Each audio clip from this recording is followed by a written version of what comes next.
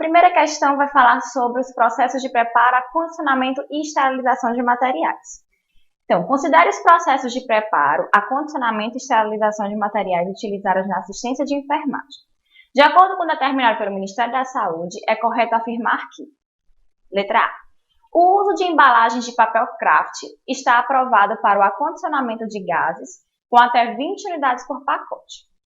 Então, em 2012 foi descrita uma RDC, a RDC 15, pelo Gabinete Ministerial. E essa RDC vai falar justamente sobre esses processamentos, esterilizações de materiais, e vai envolver tanto as práticas de CMEs dentro de unidades hospitalares ou unidades de saúde, como também essas unidades quando são terceirizadas para essas unidades de saúde. Então, essa RDC vai ditar todas as normas, desde o preparo, limpeza, acondicionamento, esterilização, quais são as embalagens que são indicadas, então todo o aparato que é necessário para a CME funcionar de forma adequada. Então, baseado nessa letra A, nessa temática que está discutindo sobre o papel craft, o que é que ela vai trazer no artigo 78? Que as embalagens utilizadas para esterilização de produtos para a saúde devem estar regularizadas junto à Anvisa para uso específico de esterilização. Ou seja, todas as embalagens que vão ser utilizadas nessas CMEs, seja ela terceirizada ou centralizadas dentro da unidade de saúde, elas devem ser regularizadas junto à Anvisa. E no artigo 79, ele vai dizer justamente o contrário da alternativa, que não é permitido o uso de embalagens de papel craft, papel toalha, papel manilha, papel jornal e lâminas de alumínio, assim como embalagens de tipo envelope de plástico transparente não destinados ao uso de equipamentos de esterilização. Então, o papel craft está em desuso, ele não é mais utilizado, e a própria RDC de 2012, que foi a última RDC lançada nessa temática, contraindica a utilização. Então, a letra A está incorreta. Próxima alternativa, é obrigatória a realização de teste Biodic para avaliar o desempenho do sistema de remoção de ar da autoclave assistida por bomba de vácuo no primeiro ciclo do dia. Então, essa é a nossa alternativa correta. Então, o Biodic, ele é especialmente útil para verificar a remoção de ar nas autoclaves com pré-vácuo e assim garantir a penetração uniforme do vapor nos materiais. Então, ele deve ser feito de forma diária, com a autoclave vazia, e ele deve ser colocado perto da porta e sobre o dreno. Então, no primeiro ciclo do dia, todas as autoclaves, deve ser feito esse teste, que vai verificar justamente essa remoção de ar e como é que está funcionando a bomba de vácuo. E você vai sempre colocar próximo à porta, esse teste, e sobre o dreno, para estar verificando justamente como é que está funcionando essa bomba de vácuo. E verificar sempre a homogeneidade do escurecimento.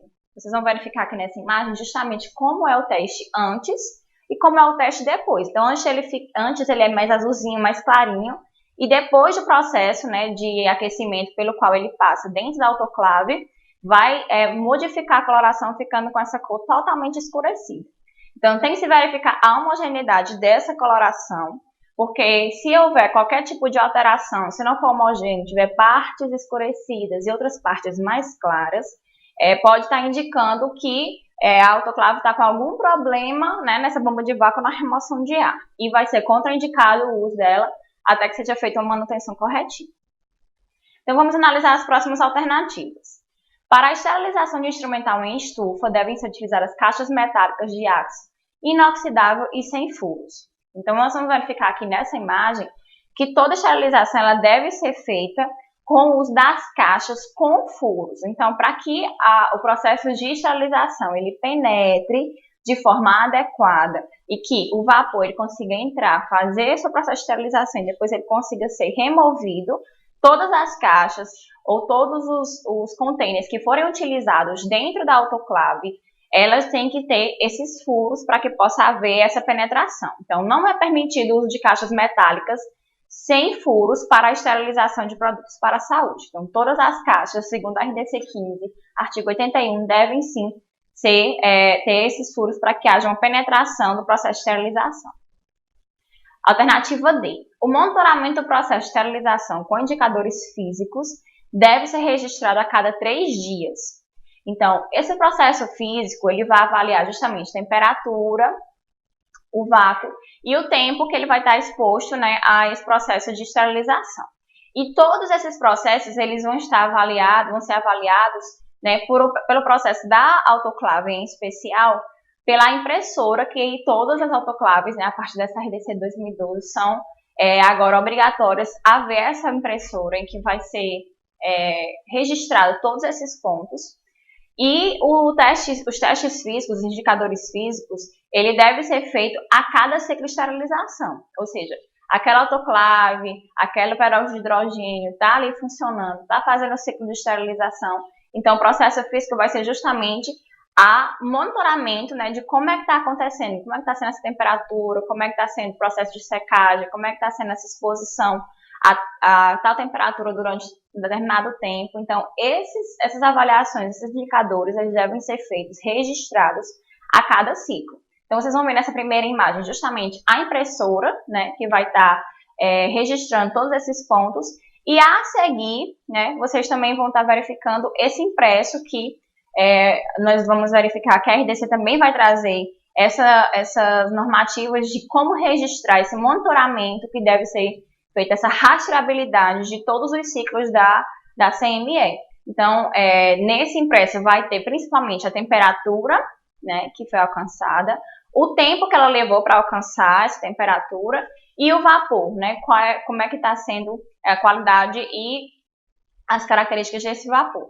Então, a seguir da saída desse impresso vai ser também anexado, né, a esses impressos que já são próprios da CME, para que, junto aos outros indicadores, sejam eles químicos e biológicos, e também o monitoramento do horário e também da data de todos os materiais que forem colocados dentro desse ciclo, para que tenha-se um registro e um arquivo, e caso haja necessidade de rastrear, né, aonde que aquela caixa de pequena cirurgia foi esterilizada, em que dia, por quem, qual lote, que vai ter todas as informações lá na etiqueta, né, que a gente vai ver daqui a pouco mais uma alternativa para falar justamente sobre o que é que vai ter descrito nessa etiqueta.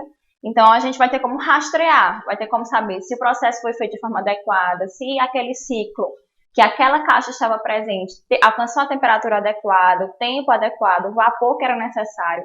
Então, todos esses dados vão estar lá descritos, né, nesse impresso de monitorização. A alternativa o rótulo de identificação da embalagem deve conter, no mínimo, o nome do produto e a data da esterilização. Então, segundo a mesma RDC que a gente vem discutindo, no seu artigo 85, o rótulo de identificação da embalagem deve conter vários itens, dentre eles o nome do produto, se é uma caixa de pequena cirurgia, se é uma traqueia de respirador, se é apenas uma cureta, enfim, independente de qual seja o produto, deve ser lá descrito o nome do produto, o número do lote, que deve ser sequencial, então deve-se ter o controle desse número de lotes justamente pelo mesmo motivo que a gente acabou de discutir, para a monitorização e rastreabilidade dos ciclos que ocorreram. A data de esterilização, né, quando foi que foi esterilizada, a data limite de uso, apesar de que hoje nós não temos mais aquele limite, né, para ser utilizado dependendo da embalagem, que antes a gente tinha uma data limite, por exemplo, quando se utilizava a manta SMS, eram de 3 meses, né? Nós temos essa data limite de uso para ter um parâmetro para nos guiar, mas o limite de uso vai ser também por perdas, por exposição daquela embalagem, se ela está sendo manipulada de forma correta, se ela está sendo armazenada de forma correta. Então, esse limite de uso, ele está sendo modificado justamente porque existem outros tipos de perdas que não só o limite da data daquela embalagem. Mas sempre é importante ter a data limite para ter um parâmetro e saber quando foi esterilizado e até quando eu posso estar utilizando aquele material. O método de esterilização, se foi esterilizado em autoclave, se foi esterilizado em uma peróxido de hidrogênio, se foi esterilizado em óxido de etileno, então qual foi o método que foi utilizado e o nome do responsável pelo preparo.